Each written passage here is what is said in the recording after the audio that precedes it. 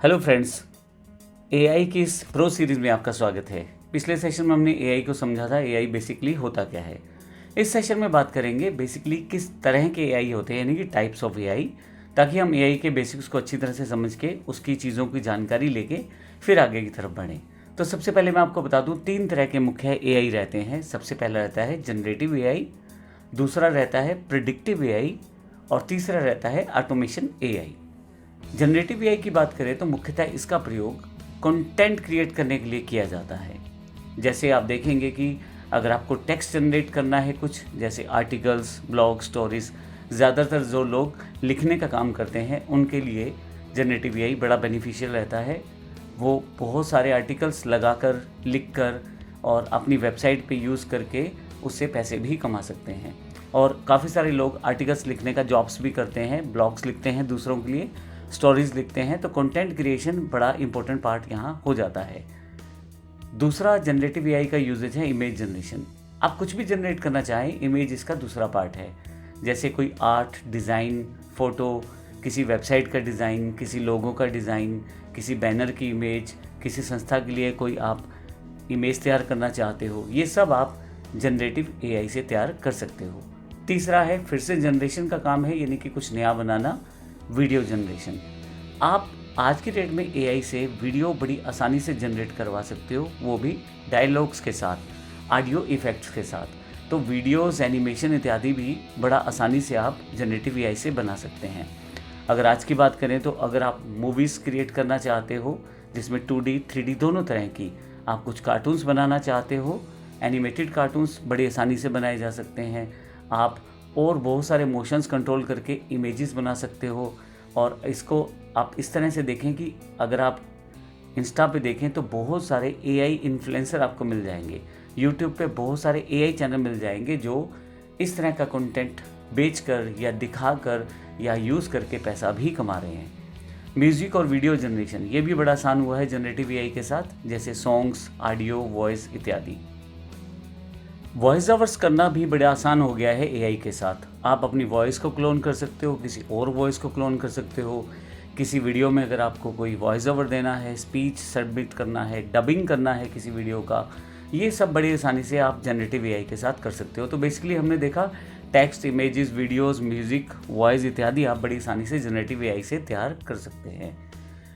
Generative AI tools की बात करें तो Chat GPT, DALL-E, Midjourney, Runway, 11 Labs, ये कुछ टूल्स हैं जो वेबसाइट की तरह आपकी हेल्प करते हैं आपके लिए इस तरह के जनरेटिव कंटेंट को तैयार करने में।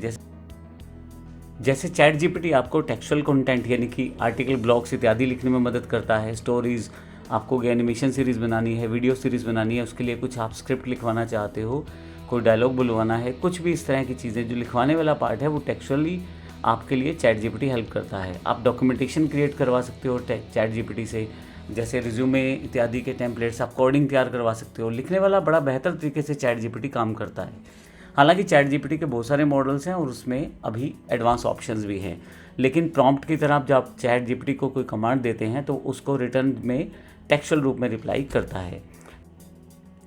डैली चैट जीपीटी का ही एक प्रोडक्ट है। डैली बेसिकली इमेजेस को क्रिएट करने में आपकी मदद करता है। मिडजर्नी भी आपके लिए इमेजेस क्रिएट करता है। वहीं पे रनवे और 11 लैब जैसे टूल्स वीडियो और ऑडियो के लिए यूज़ किए जाते हैं। रनवे जो है वो आपको वीडियोस क्रिएट करने में मदद करता है, वो भी एक्चुअल इस तरह के वीडियोस जैसा आपको लगेगा कि आपने कैमरे से शूट किया है या सिनेमैटिक वीडियोस। और वहीं पे 11 लैब्स जो है ऐसी वॉइस आपको प्रोड्यूस करके देगा, वॉइस ऐसा देगा जैसे बिल्कुल रियल ह्यूमन की वॉइस हो। तो इस तरह के एआई टूल बड़े इंपॉर्टेंट रहते हैं जब आप जनरेटिव एआई का यूज़ करते हैं और कंटेंट क्रिएट करते हैं। अब आप क्या बनाना चाहते हो, क्या लिखना चाहते हो, कैसी वीडियो चाहते हो, कैसी फ़ोटो चाहते हो, कैसी आवाज़ चाहते हो, ये आपकी कल्पना शक्ति पे निर्भर है। जितनी आपकी कल्पना शक्ति बेहतर है उतना अच्छा आप कंटेंट जनरेट कर सकते हो, उतने बेहतर तरीके से मार्केट में उसे डाल सकते हो। तो इस तरह से हम इन सब चीज़ों का यूज़ कर सकते हैं जनरेटिव एआई में। अब अगर मैं बात करूँ दूसरे एआई टाइप की, वो है प्रिडिक्टिव एआई। प्रिडिक्टिव एआई करता क्या है, बेसिकली आपके लिए आउटपुट सोचता है कि कैसा आउटपुट फ्यूचरिस्टिक आ सकता है, यानी कि आपके लिए फ्यूचर में किसी चीज़ के क्या रिजल्ट्स या क्या तरीके रह सकते हैं, उनकी जानकारी आपको प्रेडिक्टिव एआई देता है। प्रेडिक्टिव एआई बेसिकली काम कैसे करता है? बेसिकली ये हिस्टोरिकल डेटा पे काम करता है। ये आपसे हिस्टोरिकल डेटा लेगा, उसमें पैटर्न्स और ट्रेंड्स को तलाशेगा, फाइनली उसके बेस पे आपको एक आउटपुट यानी कि एक आउटकम जनरेट करके देगा जो फ्यूचर से रिलेटेड है, और फाइनली आपके जो डिसीजन हैं उन्हें बेहतर करने में मदद करेगा। इसको हम एक स्टॉक मार्केट के एग्जांपल की तरह ले लेते हैं।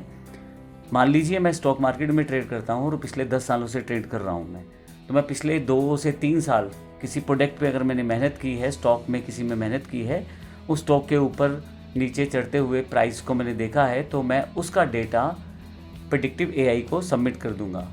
प्रेडिक्टिव एआई उस डेटा के आधार पे मुझे कुछ ट्रेंड्स और पैटर्न्स को फॉलो करता हुआ एक आउटकम जनरेट करके देगा, यानी कि कुछ रिजल्ट्स, कुछ प्रेडिक्शंस बना के देगा कि आने वाले समय में मुझे उसमें उस तरह से निवेश कितना करना चाहिए, कब कब करना चाहिए और कैसे करना चाहिए।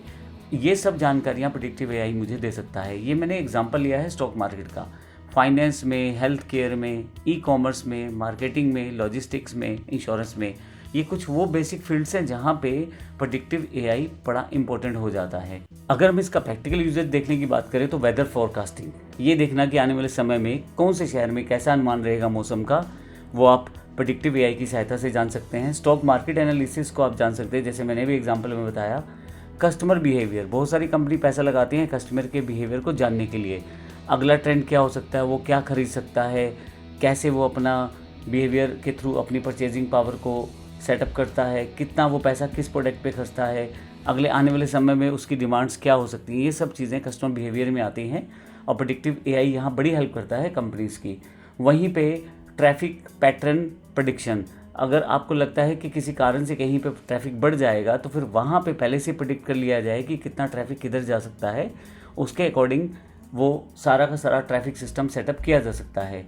अब अगर बात करें प्रेडिक्टिव एआई की, तो आपको बिजनेस बेनिफिट्स बहुत सारे रहते हैं। जैसे इम्प्रूव डिसीजन मेकिंग है, आपके लिए डिसीजन लेना बड़ा आसान हो जाता है। रिस्क रिडक्शन, जब आपको पहले से ही प्रेडिक्शंस अच्छी मिल रही हो तो आपका जो रिस्क है वो कम हो जाता है।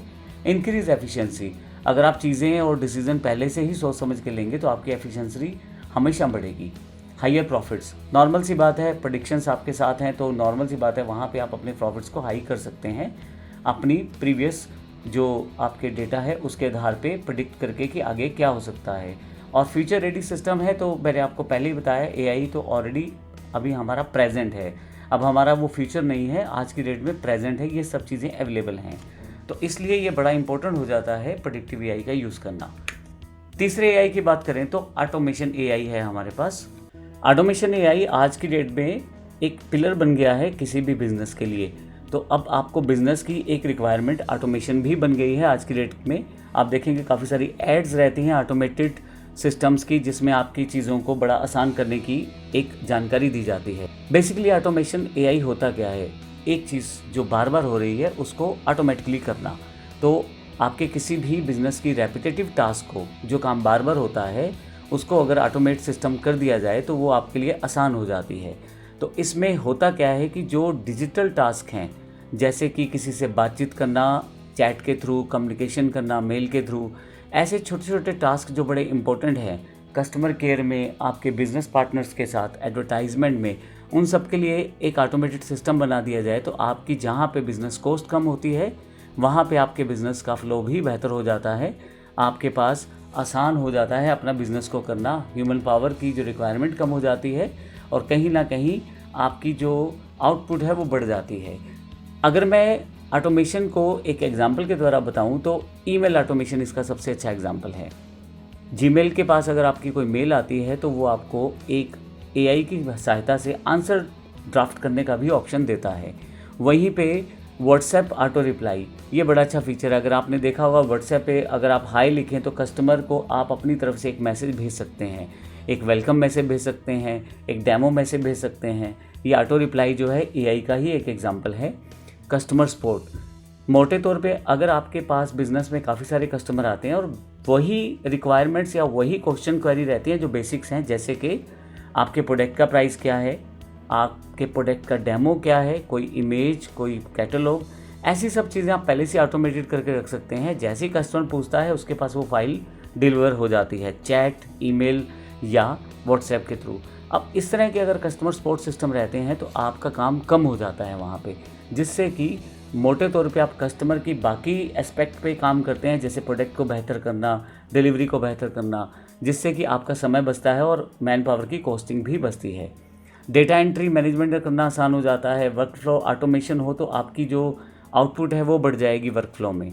तो ये मैंने कुछ बेसिक एग्जांपल बताए हैं, लेकिन एक बिजनेस के रूप में तो बड़े बेनिफिट्स हैं इसके।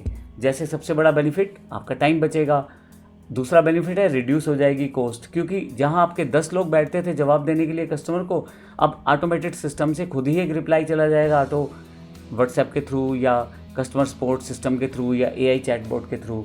आपकी एफिशिएंसी बढ़ जाएगी, कहीं ना कहीं कस्टमर सेटिस्फेक्शन बढ़ जाएगी, क्योंकि आधे से ज़्यादा कस्टमर को साथ साथ डेमो मिल जाए तो उससे बेहतर क्या हो सकता है। और कोई ऐसा सिस्टम जो 24 घंटे आपके लिए काम करे। अब ऐसा नहीं है कि ये जो सिस्टम आपके लिए दिन में ही काम करेगा, 9 से 6 में करेगा, लेकिन अब तो ये सिस्टम 24 घंटे आपके लिए काम करेगा। स्केलेबल भी है और रिलायबल भी है। आप अपनी प्रोडक्शन को बढ़ाने के लिए, अपने प्रोसेस को बढ़ाने के लिए इसके स्केल को बड़ी आसानी से बढ़ा सकते हैं। वहीं पर रिलायबल भी है, क्योंकि ऑलरेडी बहुत सारी कंपनी इसको अडॉप्ट कर चुकी हैं। आप अपने मोबाइल में जाएं, किसी कॉन्टैक्ट कस्टमर केयर से करने की कोशिश करें, वहाँ पे आप देखेंगे कि आपको सपोर्ट के लिए अलग अलग तरह के एआई मॉडल मिल जाएंगे जो आपको हेल्प करते हैं। और इसी तरह से अगर आप व्हाट्सएप पे जाते हैं तो वहाँ पे इमेज क्रिएशन से लेके आपको व्हाट्सएप ऑटो रिप्लाई के बहुत सारे ऑप्शन मिल जाते हैं। तो इस तरह से आप इन ऑप्शंस का यूज़ करके ऑटोमेशन एआई का टेक्नोलॉजी का यूज़ आप कर सकते हैं।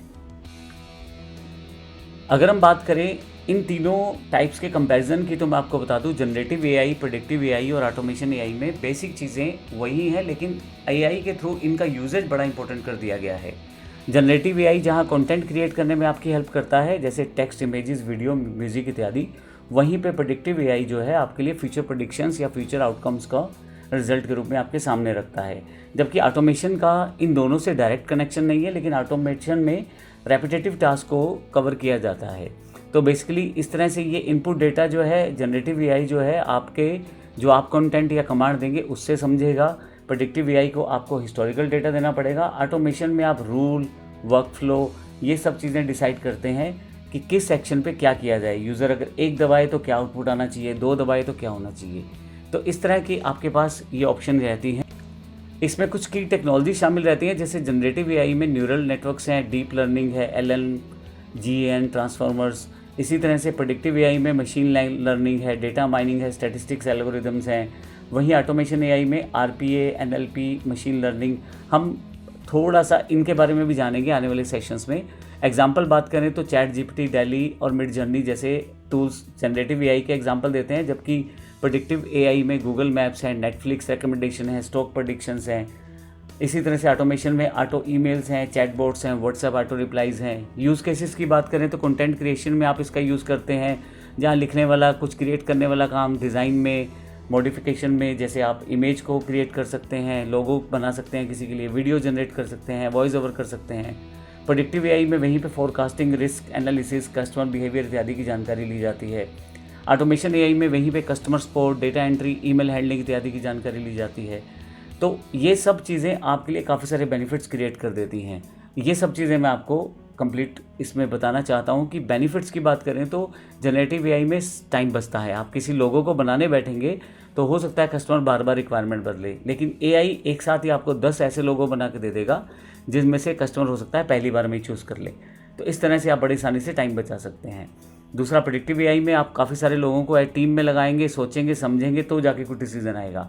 लेकिन अगर आप प्रेडिक्टिव एआई का यूज़ करेंगे तो बेटर डिसीजन है, एक ही आदमी कई सारे एंगल से सोच के एआई की हेल्प से अपनी प्रेडिक्शंस को सेटअप कर सकता है। इसी तरह से ऑटोमेशन एआई है, आपके लिए ना केवल कॉस्ट कटिंग करता है, आपका टाइम बचाता है और आपकी प्रोडक्टिविटी भी बढ़ा देता है। तो ये जो कुछ बेसिक फीचर्स है जो हमने जानकारी ली इस सेशन में इन तीनों एआई के बारे में।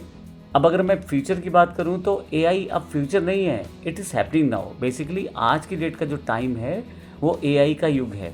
अगर आप आज की डेट में एआई को फॉलो करते हैं, उसे इम्प्लीमेंट करते हैं अपने बिजनेस में, अपनी रिक्वायरमेंट्स में, अपनी जॉब्स में, अपने काम में, अपनी पढ़ाई में, तो आप आज की डेट के अकॉर्डिंग आज के समय के साथ चल पाएंगे। अगर आप इनका यूज़ नहीं करते इन टेक्नोलॉजीज़ का तो कहीं ना कहीं आप पीछे छूट जाएंगे। और अगर हम इनका यूज़ करते हैं तो कहीं ना कहीं हम समय के साथ भी चलते हैं और अपने लिए रोज़गार और अर्निंग के नए नए सोर्सेज भी जनरेट कर लेते हैं। अगले सेशन में हम एआई को ही कंटिन्यू रखेंगे और देखेंगे कि एआई हमें किस किस मॉडल के अंतर्गत काम करने में हेल्प करता है। धन्यवाद।